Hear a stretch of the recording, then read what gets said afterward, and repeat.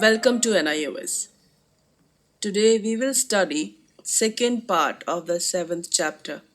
Seventh chapter's name is Popular Resistance Movements Against the British Rule. And our today's topic is Peasant Movement in the 19th century.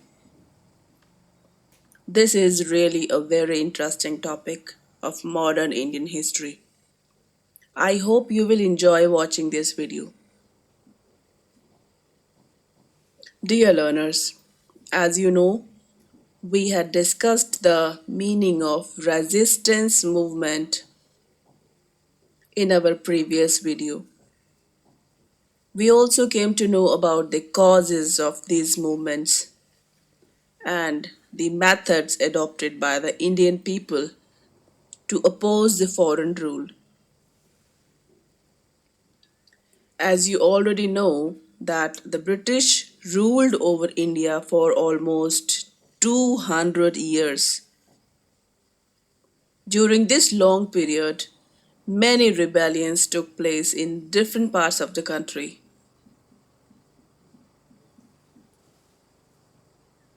You would be surprised to know that from the year 1763 to the year 1865, more than 40 major rebellions took place in the country. However, all these rebellions were local in nature and did not affect the entire country.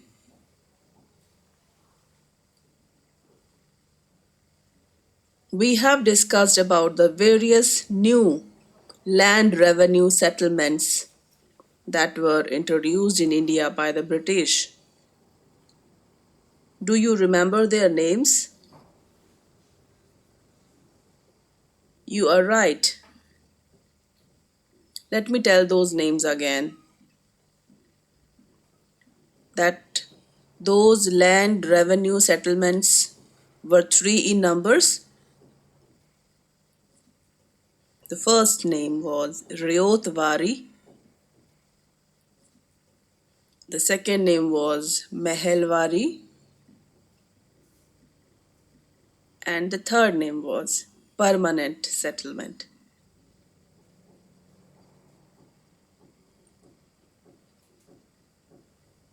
Learners, the condition of peasants or farmers did not improve with these new systems and they became more poor and unhappy. And this unhappiness and frustration inside them, this led to the beginning of peasant revolts. Peasant revolt is a revolt of farmers against those who exploited them. While in some cases the revolts were against the British East India Company, but in some other cases they were aimed against the zamindars and moneylenders. Let us now try to understand the various reasons responsible for the beginning of revolts of farmers.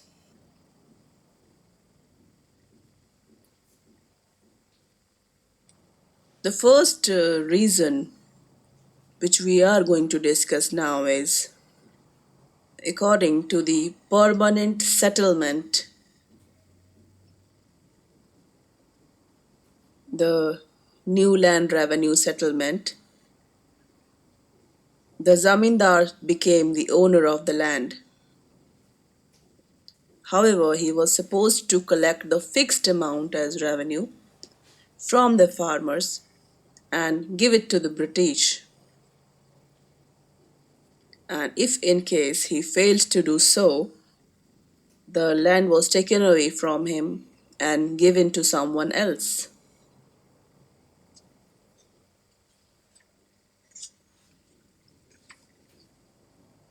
So, due to fear of losing their land, the zamindars collected land revenue, the tax from the farmers strictly. Even if the crops failed due to less rainfall or any natural reason, still the land tax was not reduced. This forced the farmers to borrow money from rich people. These rich people were called as Mahajans, and also they were called as moneylenders. The poor farmers were not able to pay back the money to the moneylenders.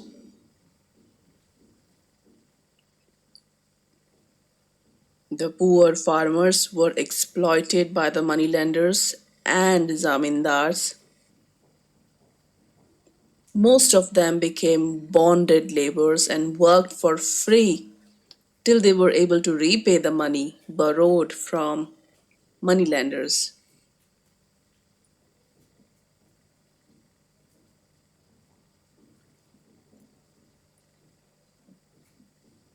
Learners, these poor farmers often revolted against the upper class.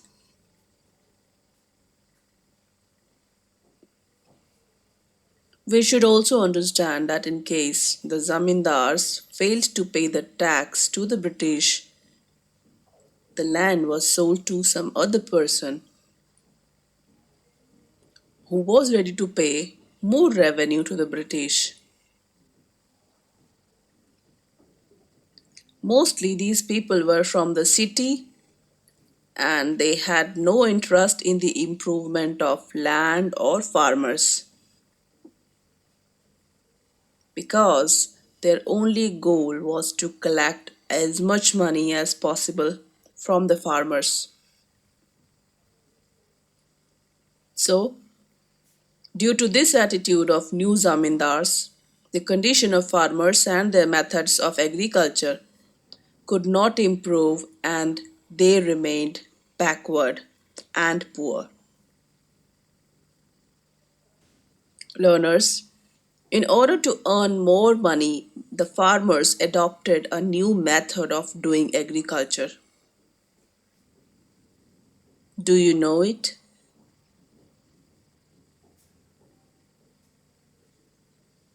Let us understand this. The farmers started growing commercial crops. Do you know what is commercial crops? Commercial crops are those crops which are grown to earn profit, and they are different from subsistence crops. Subsistence crops are the crops which are grown for use of farmers' family and animals. For example, wheat, rice, corn are subsistence crop which we use for our food to fill our stomach.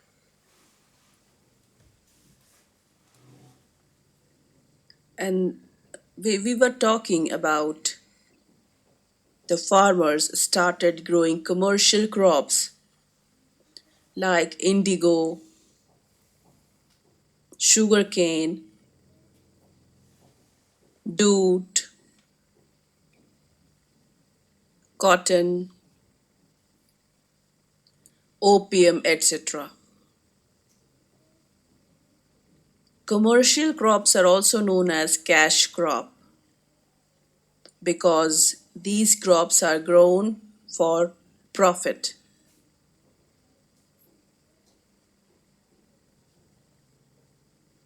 Because the farmers started growing commercial crops, so there was result of increase in production of commercial crops, but the production of food grains decreased, and this shortage of food grains led to famines, as now people did not have enough food to eat.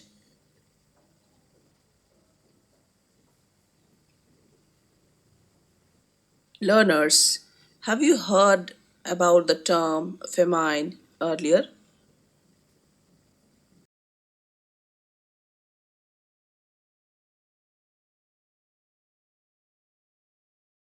A famine is an extreme shortage of food caused due to reasons like crop failure or war, etc.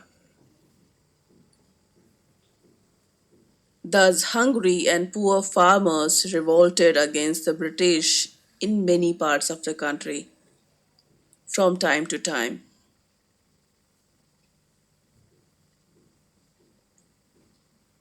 Let us now learn about some peasant revolts that took place due to wrong economic and agricultural policies of the British.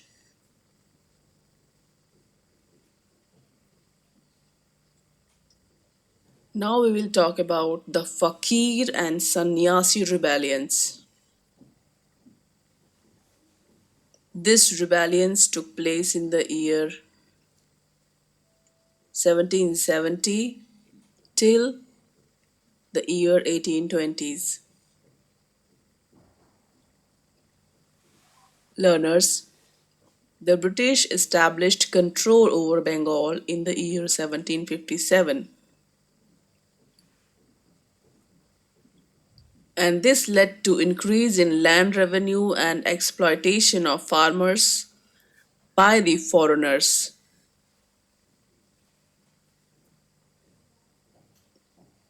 In the year 1770, Bengal was hit by a big famine.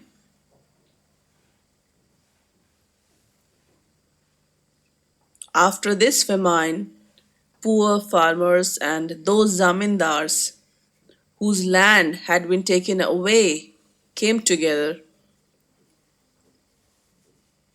These people were joined by fakirs and sannyasis also.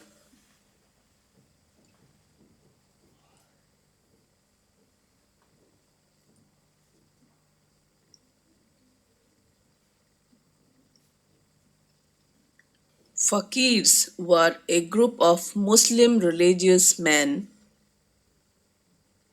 who used to travel from one place to the other in Bengal.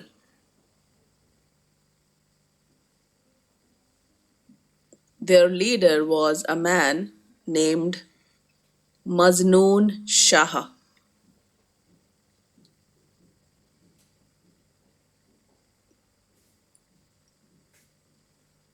The sannyasis were Hindu religious men, and they also opposed the policies of East India Company.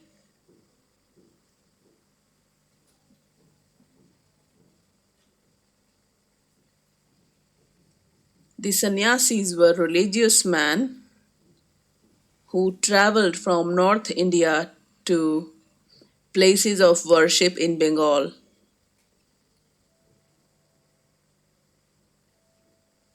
These sannyasis were given a religious tax by the zamindar.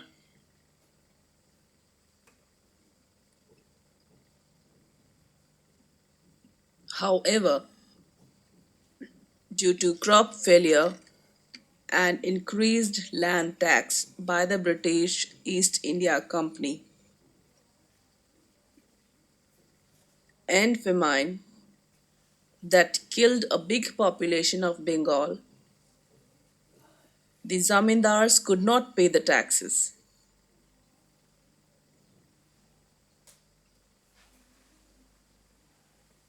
Similarly, the Muslim fakirs also faced some problems.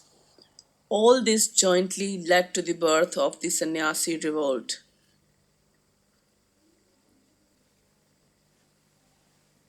Fakirs and sannyasis attacked factories and occupied the cash, goods, arms, and weapons.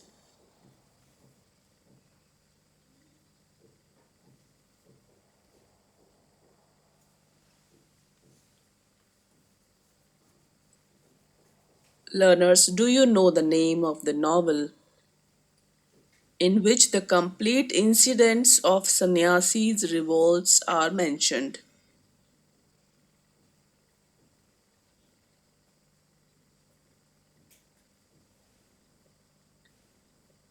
Bengali novel Anand Math, written by Bankim Chandra, mentions the sannyasi revolt in detail.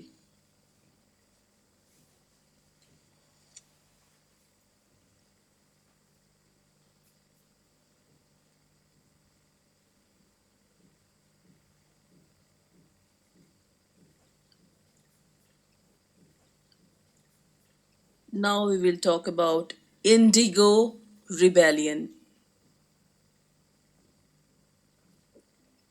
Learners, Indigo Rebellion was the other famous peasant revolt that took place against the British rule. Let us understand about it in more detail.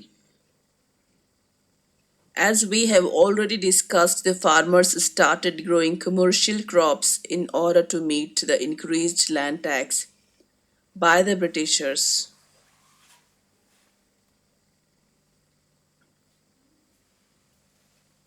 Indigo was one such commercial crop. Indigo was used to dye the clothes, and the English cloth merchants needed it to color their clothes.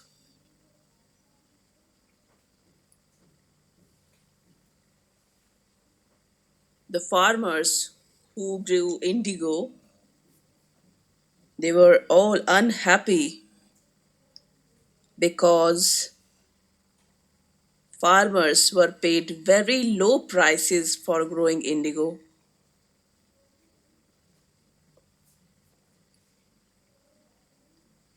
Another reason was that the land on which indigo was grown used to become infertile. Therefore, the farmers could not grow any other crop on that land except indigo.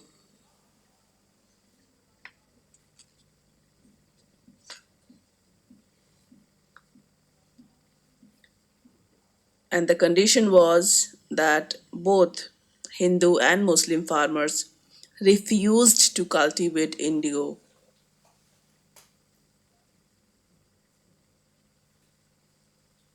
And finally, the government passed orders to not to force the farmers to grow indigo.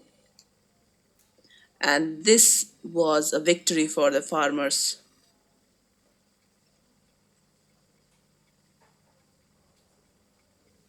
Now we will discuss about another Farazi movement, Farazi. Farazi movement was during the time period between the year 1838 till the year 1848. This was a no tax movement started in Bengal.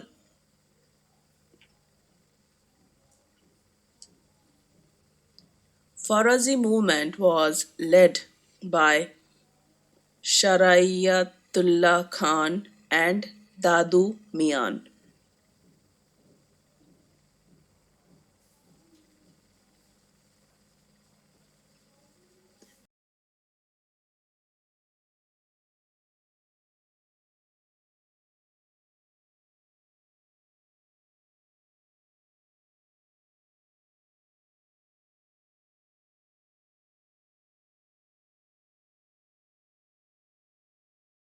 All the farmers of Bengal united against the wrong policies of British and zamindars.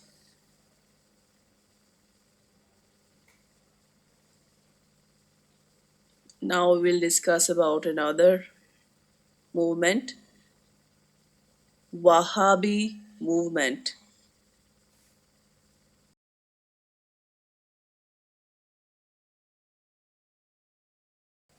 Wahhabi movement was during the time period from the year 1830 till the year 1960s.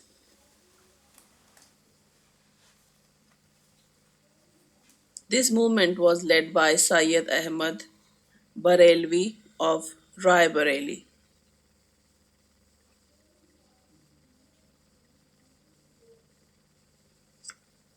In the beginning, this movement was limited to Muslims only, but later Hindu farmers also joined it to oppose their exploitation by the landlords.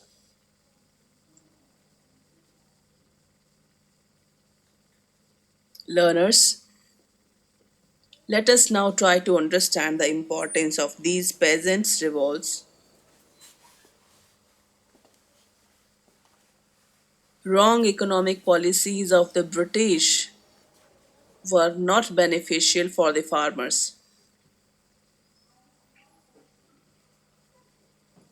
The peasant revolts that took place in different parts of the country were against the exploitation of the farmers.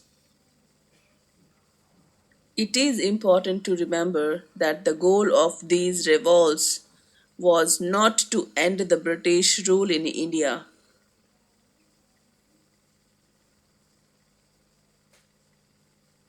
However, they were able to create awareness among the people.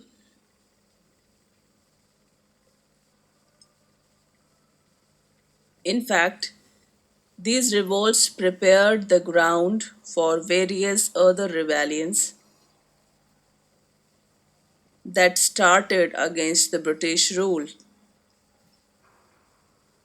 and finally led to the revolt of 1857.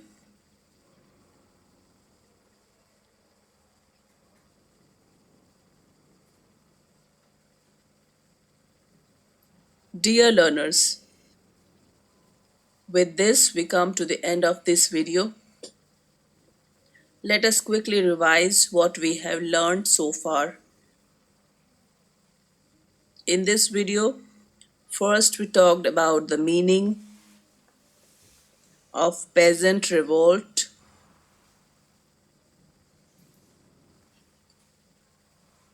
Second, we discussed about the causes that led to the beginning of peasant revolts in India. Third, we talked about the beginning of commercialization of agriculture and its impact on the Indian agriculture. Fourth point, we discussed about the Fakir and Sannyasi movement of Bengal.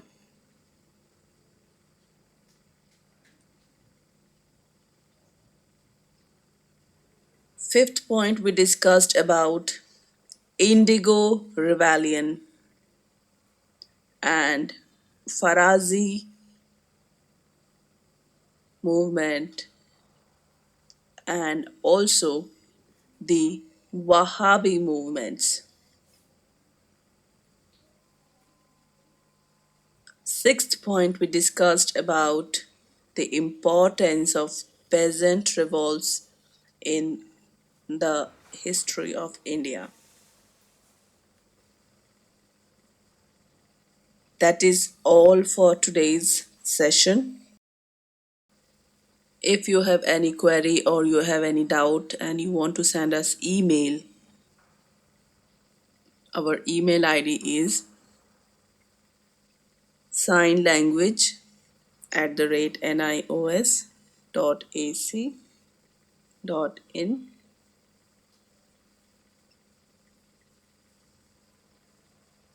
For more and more such educational video, you can also subscribe our YouTube channel, and for further more details you can visit our website. Our website address is www.nios.ac.in.